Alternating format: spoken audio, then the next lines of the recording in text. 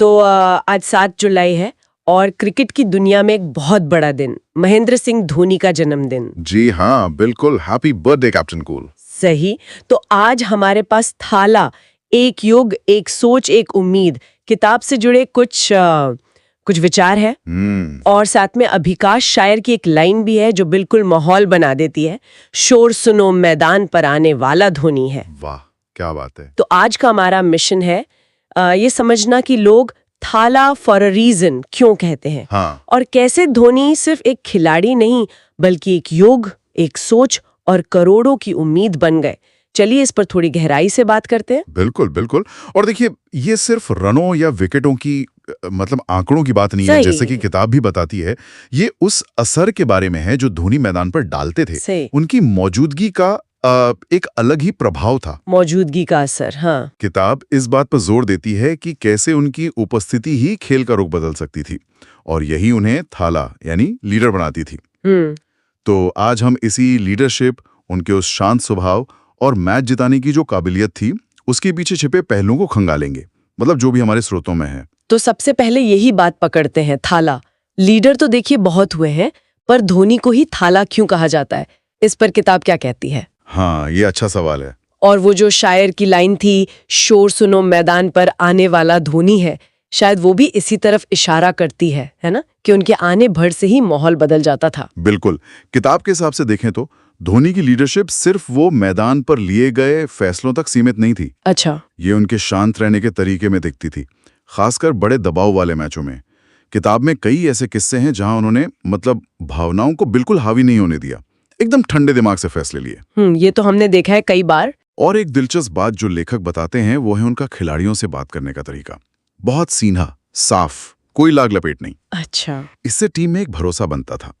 यही वजह है कि उन्हें सिर्फ कप्तान नहीं, थाला माना गया, एक बड़े भाई जैसा, एक लीडर। समझ गई। और ये जो कहा जाता है कि भाई जब मैदान में धोनी होते हैं तो असंभव भी संभव लगता है, ये सिर्फ कहने की बात है या किताब इसके कुछ ठोस उदाहरण देती है? नहीं, ये सिर्फ भावना नहीं है। उनके होने से टीम के कॉन्फिडेंस पर या विरोधी की रणनीति पर क्या असर पड़ता था?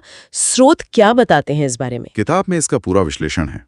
लेखक बताते हैं कि धोनी की मौजूदगी का सीधा मतलब था कि मैच आखिरी गेंद तक गया है, अभी खत्म नहीं हुआ है। हाँ, ये उम्मीद तो रहती थी। किताब ने 2011 वर्ल्ड कप फाइनल जैसे मैचों का जिक्र है, जहां उनकी वो पारी, उसने सिर्फ रन नहीं जोड़े, उसने पूरे स्टेडियम का, पूरी टीम का माहौल बदल दिया। बिल्कुल याद है वो छक्का। और एक और पहलू जो स्रोत बताते हैं वो ये कि विरोधी टीम के गेंदबाजों को धोनी के क्रीज पर होने पर अपनी पूरी प्लानिंग बदलनी पड़ती थी। अच्छा। उन्हें पता होता था कि जरा सी चूक और मैच हाथ से गया। इसी चीज ने एक तरह से एक पूरे युग को डिफाइन किया, जहां भारत मुश्किल हालात से मैच निकालना सीख गया। ये वाकई बहुत दिलचस्प है। अब उस एक और पहलू पर आते हैं, धोनी को एक सोच कहा गया है। ये थोड़ा मतलब एब्स्ट्रैक्ट सा लगता है, किताब इसे कैसे समझाती है? हाँ, ये सोच शब्द अपने आप में बहुत गहरा है ना?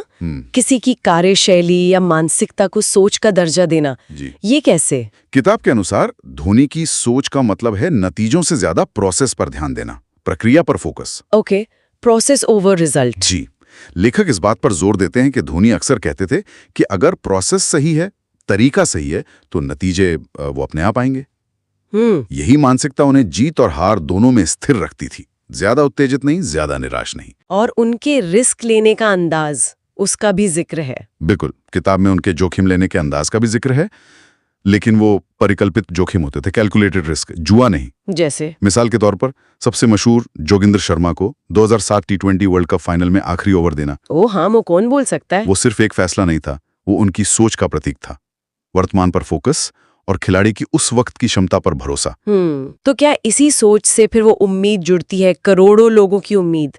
किताब इन दोनों को कैसे कनेक्ट करती है? बिल्कुल, किताब यही बताती है कि उनकी ये जो प्रक्रिया आधारित सोच थी, उनका वो शांत रहना और मैच को आखिर तक ले जाकर जिताने की वो क्षमता, यही सब मिलकर उम्मीद जगाते थे। अच्छा। जब दर्शक देखते थे कि कप्तान दबाव में बिखर नहीं रहा, बल्कि सोच समझकर बिल्कुल शांत होकर कदम उठा रहा है, तो उनमें भी भरोसा पैदा होता था। सही बात है। और फिर उनकी अपनी कहानी भी तो है। एक छोटे शहर से निकलकर दुनिया जीतना, ये अपने आप में उम्मीद का एक बहुत बड़ा प्रतीक है। हाँ, ये भी है। इसलिए जब धोनी क्रीज पर होते थे तो वो सिर्फ एक खिलाड़ी नहीं होते थे, वो करोड़ों लोगों की उम्मीद का चेहरा होते थे कि हाँ, अभी भी कुछ हो सकता है, मैच बाकी है। तो अगर हम इसे संक्षेप में देखें, हमारे स्रोत ये किताब थाला एक युग एक सोच एक उम्मीद और अभिकाश शायर की वो पंक्ति ये हमें बताते हैं कि धोनी का प्रभाव सिर्फ आंकड़ों से कहीं कहीं ज्यादा गहरा है। बिल्कुल। थाला यानी वो लीडर जो शांत रह के भरोसा जगाए, युग यानी वो दौर जब भारत ने मुश्किल हालात में जीतना सीखा,